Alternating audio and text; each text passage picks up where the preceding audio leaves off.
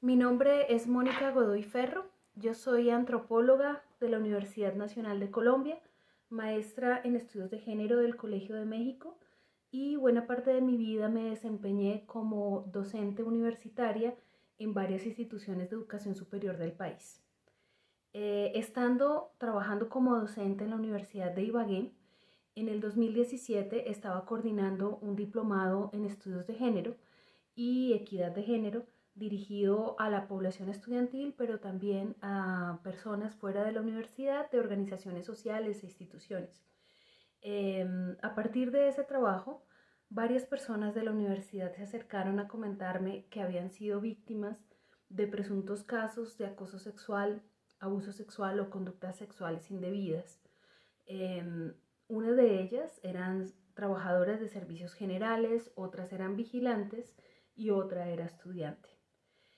Venían ellas en una situación de mucho dolor porque habían estado en esta situación de hostigamiento durante muchísimo tiempo, habían intentado buscar ayuda por parte de las directivas de la universidad y no habían encontrado ningún apoyo.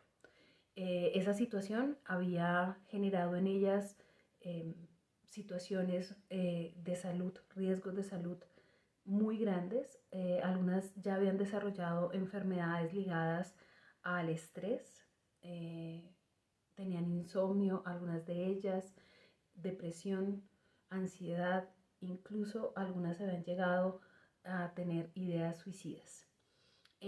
A partir de la gravedad de la situación que yo conocí de parte de ellas, hablé con la rectora de entonces para sugerirle la posibilidad de hacer una intervención para mitigar esos ejercicios de violencia y ella me autorizó a hacer esta intervención que eran a través de unos talleres de sensibilización sobre derechos humanos de las mujeres con el cuerpo de vigilancia de la universidad, que era el que presentaba, digamos que la situación más grave de hostigamiento y acoso laboral y sexual.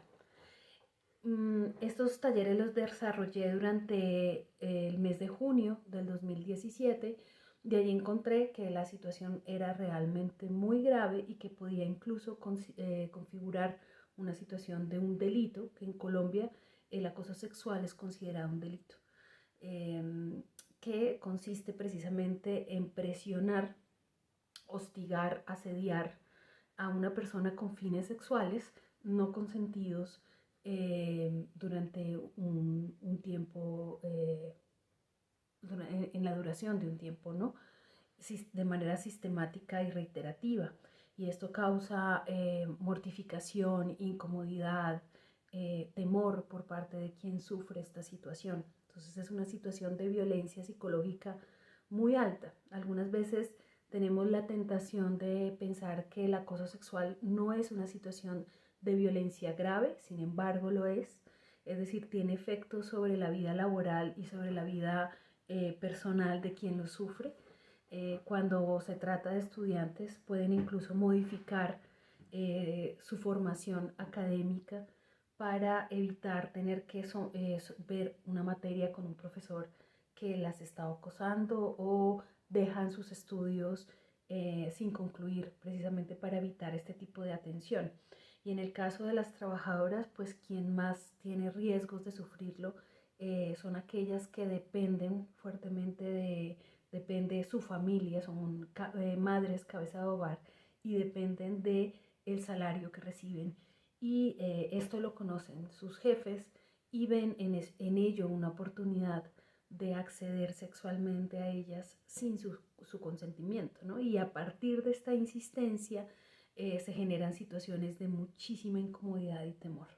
Entonces, a partir de descubrir la gravedad de la situación, presenté un informe a la rectoría comentándoles esto que les digo, que era una situación que merecía una intervención pronta, de una investigación con garantías de debido proceso, tanto para las víctimas como para el presunto acosador.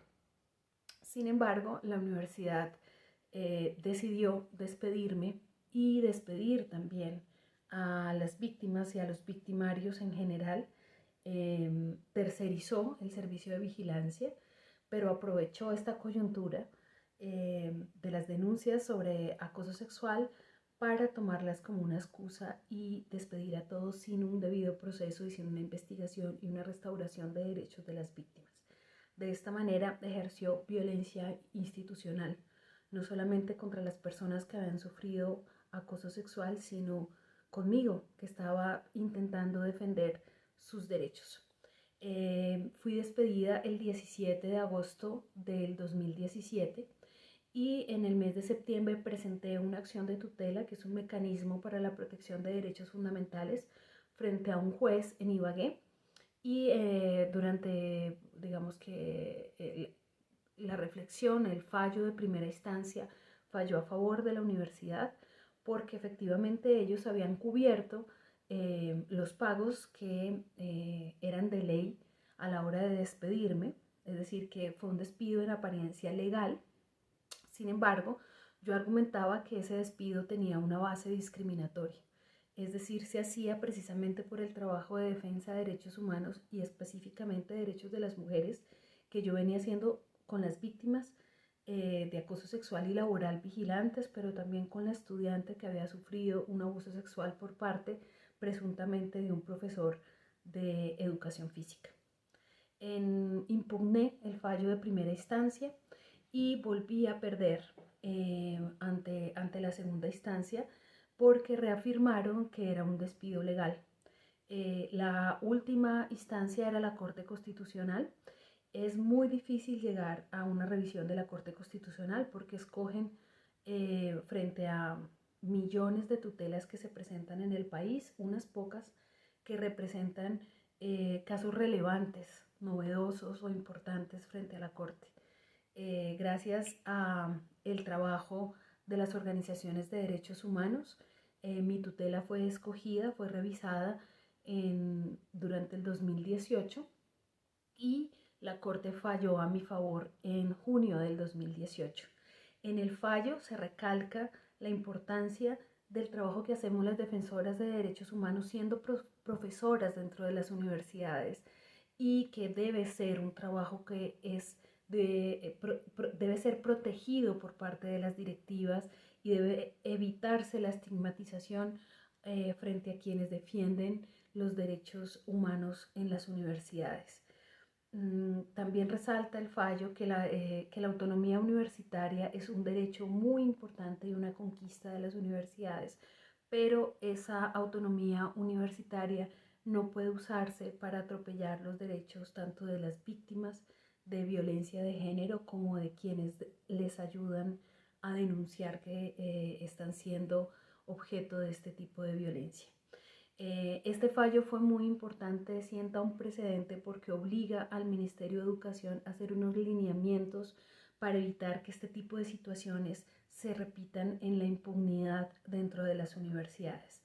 Hasta el momento el Ministerio de Educación aún no ha publicado esos lineamientos, es decir, que está en desacato frente a la tutela y tenemos un compromiso de hacerlo, de que lo harán este año y estamos esperando que efectivamente lo hagan.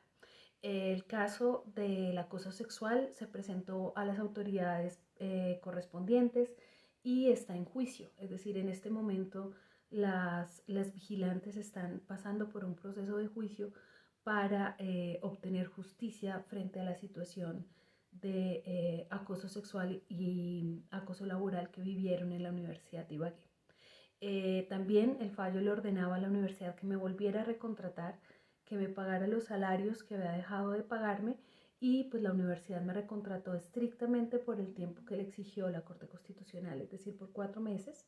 Allí estuve esos 4 meses durante la segunda mitad del año de 2018 y les ayudé a construir el protocolo de atención y la ruta de atención a víctimas de acoso sexual y de violencia de género dentro de la universidad.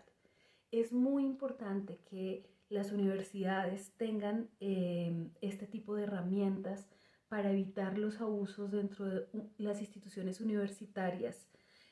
¿Por qué? Porque las universidades son instituciones muy jerárquicas, muy verticales y existe mucha diferencia entre quienes ocupan los cargos altos y quienes están en condiciones de trabajadoras de base o estudiantes.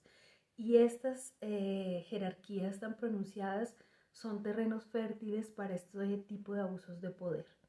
Esta violencia no tiene nada que ver con el deseo o con la libido o eh, con la atracción sexual. En realidad son abusos de poder y generalmente se hacen de parte de alguien que ocupa un lugar de superioridad jerárquica, sea por posición laboral, económica, por edad o por sexo, y quienes lo sufren en su mayoría son mujeres o personas de la comunidad LGBTIQ y personas en una condición de menos poder e influencia.